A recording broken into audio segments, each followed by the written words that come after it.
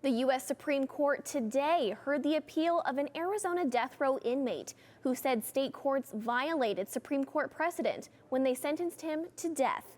Cronkite News reporter John Brown was at the court and has the story from our Washington bureau.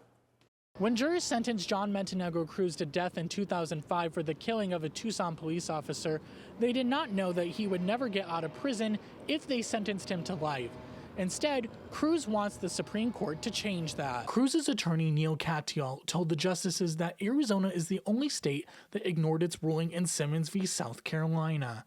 That 1994 decision said that where a life sentence does not include any chance for parole, defendants have a right to tell that to jurors. It is striking that they still have not explained why they are so resistant to giving Cruz his Simmons rights that they now say he was always entitled to. Even after the Supreme Court reaffirmed Simmons in 2016, Arizona refused to grant Cruz a chance to appeal his sentence, something that Arizona Attorney General Mark Brnovich said after the hearing was appropriate. Procedurally, Arizona doesn't even have to offer a post-conviction relief procedure, and yet now we're being punished for doing so. Justice Sonia Sotomayor said Cruz appeared to do everything right in his request for a new hearing. So I don't know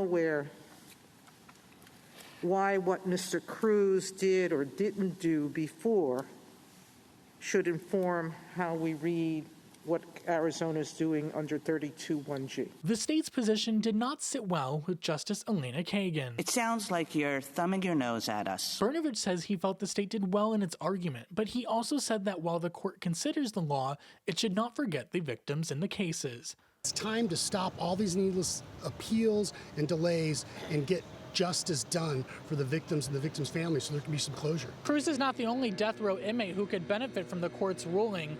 His attorneys told the justices that there is another appeal pending with 6 inmates raising the same issue. In Washington, John Brown, Cronkite News. It is likely to be weeks or months before the court hands down a decision. And while Brnovich said he feels confident, he also said he learned long ago not to try to predict how a court will rule.